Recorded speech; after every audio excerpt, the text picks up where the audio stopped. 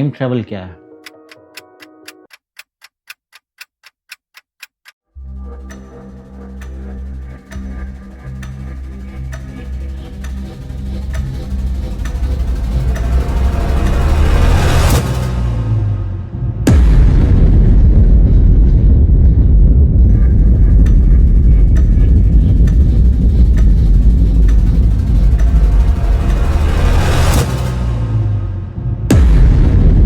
क्या हम फ्यूचर में जा सकते हैं या पास्ट में जाके अपनी पुरानी लाइफ अपने बाप दादा को देख सकते हैं?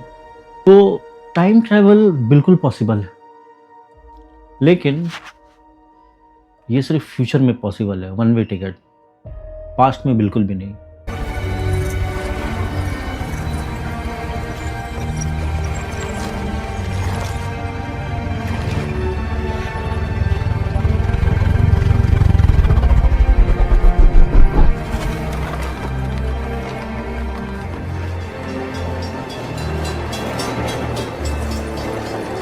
बताऊंगा कि टाइम ट्रैवल है क्या, क्यों सिर्फ हम फ्यूचर में जा सकते हैं, पास्ट में क्यों नहीं जा सकते हैं। ये सब जानने के लिए बस आप अंत तक वीडियो ज़रूर देखें। 1905 जर्मनी, एल्बर्ट आइंस्टाइन नाम का एक पेटेंट क्लर्क जो एक छोटा मोटा जॉब करता था, उसने 1905 में 2 रिसर्च पेपर पब्लिश किए, थ्योरी ऑफ रिलेटिविटी और special theory of relativity. In papers में कुछ इतना रेडिकल आइडियाज़ था कि इसने पूरे साइंस का समझ और कैसे हम रियलिटी को समझते हैं उसको उलट पुलट कर दिया। आइंस्टाइन का कहना था कि टाइम कांस्टेंट नहीं है। तब तक ये माना जाता था कि टाइम यूनिवर्सल है, मतलब मेरे लिए जो टाइम है वही टाइम आपके लिए है, वही टाइम पूरे यूनिवर्स के लिए है। लेकिन आइंस्टाइन ने कहा कि टाइम रिलेटिव है, मतलब हर आदमी का अपना एक क्लॉक है, यूनिवर्स का अपना एक क्लॉक है। टाइम स्पीड अप हो सकता है, टाइम स्लो डाउन हो सकता है। ये एक बहुत रिवोल्यूशनरी कॉन्सेप्ट था अपने वक्त के लिए। इनफैक्ट आइंस्टाइन ने कहा कि स्पेस और टाइम 2 अलग अलग चीज़ें नहीं हैं। स्पेस एंड टाइम दोनों एक ही चीज़ है। इसको उसने नाम लिया स्पेस टाइम का। स्पेस टाइम को आप इमेजिन कीजिए एक फैब्रिक की तरह। इसे स्ट्रेच भी किया जा सकता है, इसे कॉन्ट्रैक्ट भी किया जा सकता है। लेकिन स्पेस टाइम को बेंड करने के लिए सबसे इंपॉर्टेंट चीज़ है स्पीड, और दूसरी चीज़ है इंटेंस ग्रेविटी। मतलब अगर आप स्पीड ऑफ लाइट की स्पीड से ट्रैवल कर रहे हैं तो आपका टाइम स्लो टिक करेगा, या फिर आपने स्पेस टाइम को बेंड कर दिया। और या फिर आप बहुत स्ट्रॉन्ग ग्रेविटेशनल एरिया के पास हैं, जैसे ब्लैक होल, अगर वहाँ पर है तो टाइम आपके लिए बहुत स्लो डाउन कर जाता है। मैं आपको एक बहुत ही इंटरेस्टिंग स्टोरी के द्वारा समझाता हूँ कि फ्यूचर में ट्रैवल करना कैसे पॉसिबल है। मतलब अगर आप इसको समझ जाएंगे तो आपको ये समझ में आ जाएगा कि एक्चुअली में फ्यूचर ट्रैवल होता क्या है, और जो हम लोगों की ओरिजिनल समझ है कि कोई टाइम मशीन में बैठ के उड़ गए, ये उससे बिल्कुल अलग है। अब देखिए, ये साहब है एल्बर्ट आइंस्टाइन। एल्बर्ट आइंस्टाइन का कोई जुड़वा भाई नहीं था, लेकिन फर्स्ट करो अगर होता, मान लो इंडियन ही होता, जिसका एक का नाम होता सोनू, एक का नाम होता मोनू। सोनू मोनू आइडेंटिकल ट्विंस हैं, उनकी उम्र भी बराबर है, उनका डीएनए भी सेम है, सब कुछ सेम है।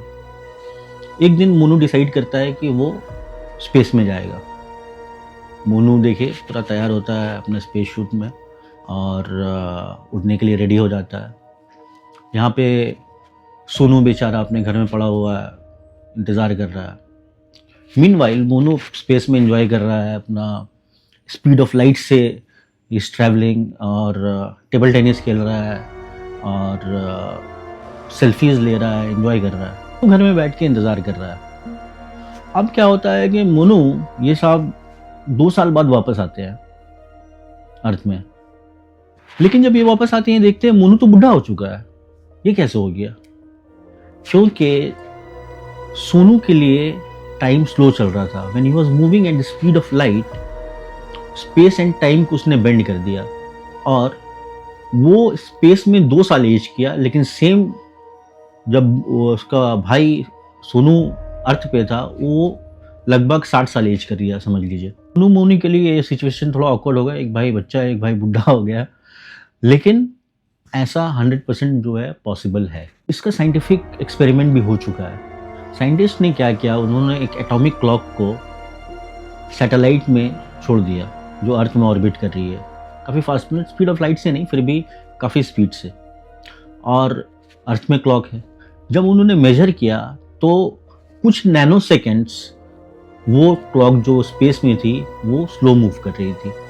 कुछ नैनो सेकेंड्स तो उतना कुछ महसूस होता नहीं है, लेकिन जीपीएस टेक्नोलॉजी के हिसाब से अगर ज़्यादा टाइम डिले हुआ तो आप जो इतना परफेक्टली अपना मैप देख लेते हैं और नेविगेट कर लेते हैं, ये होना पॉसिबल नहीं है। तो जीपीएस सिस्टम इस बात पे ही बेस्ड है कि ये जो टाइम लैग है इसको कैसे कवर किया जाए, इसलिए अब एटॉमिक क्लॉक्स की इस्तेमाल करते हैं साइंटिस्ट। ब्लैक होल के केस में, ब्लैक होल में इतनी इंटेंस ग्रेविटी होती है, क्योंकि ब्लैक होल बनता है जब कोई स्टार कोलैप्स करता है, तो वो स्पेस एंड टाइम को सिर्फ बेंड नहीं करता, एक स्क्यूड बेंडिंग करता है। जैसे आपने एक नीडल घोप दिया हो किसी फैब्रिक में, तो ये जो स्क्यूड बेंडिंग है ये इंटेंस ग्रेविटी बल्कि इन्फिनिट ग्रेविटी पैदा करती है।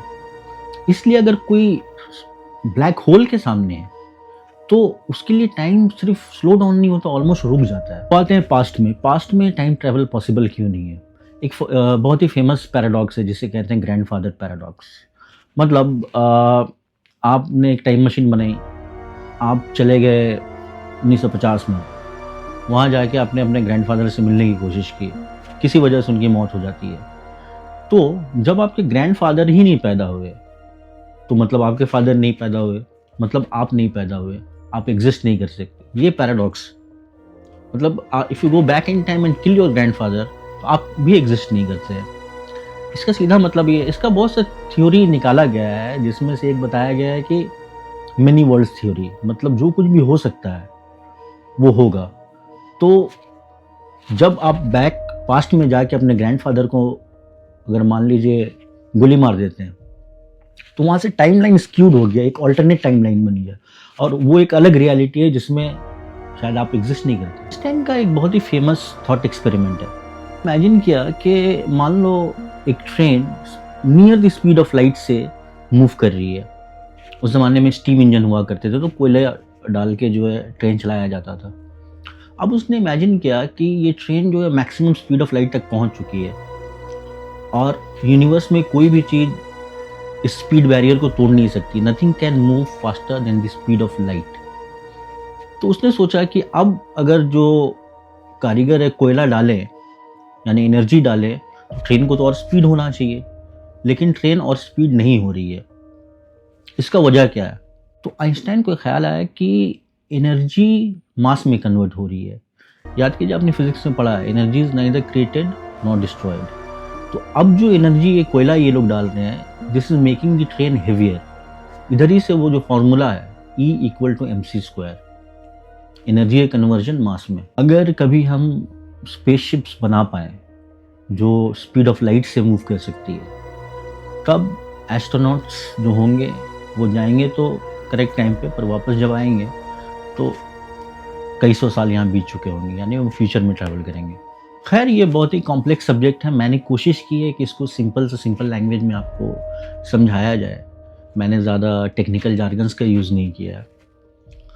तो आई होप कि आपने वीडियो को एंजॉय किया हो, और प्लीज़ इस वीडियो को लाइक कीजिए, सब्सक्राइब कीजिए, शेयर कीजिए, कमेंट कीजिए आपको क्या लगता है, और इसी तरह सपोर्ट करते रहिए।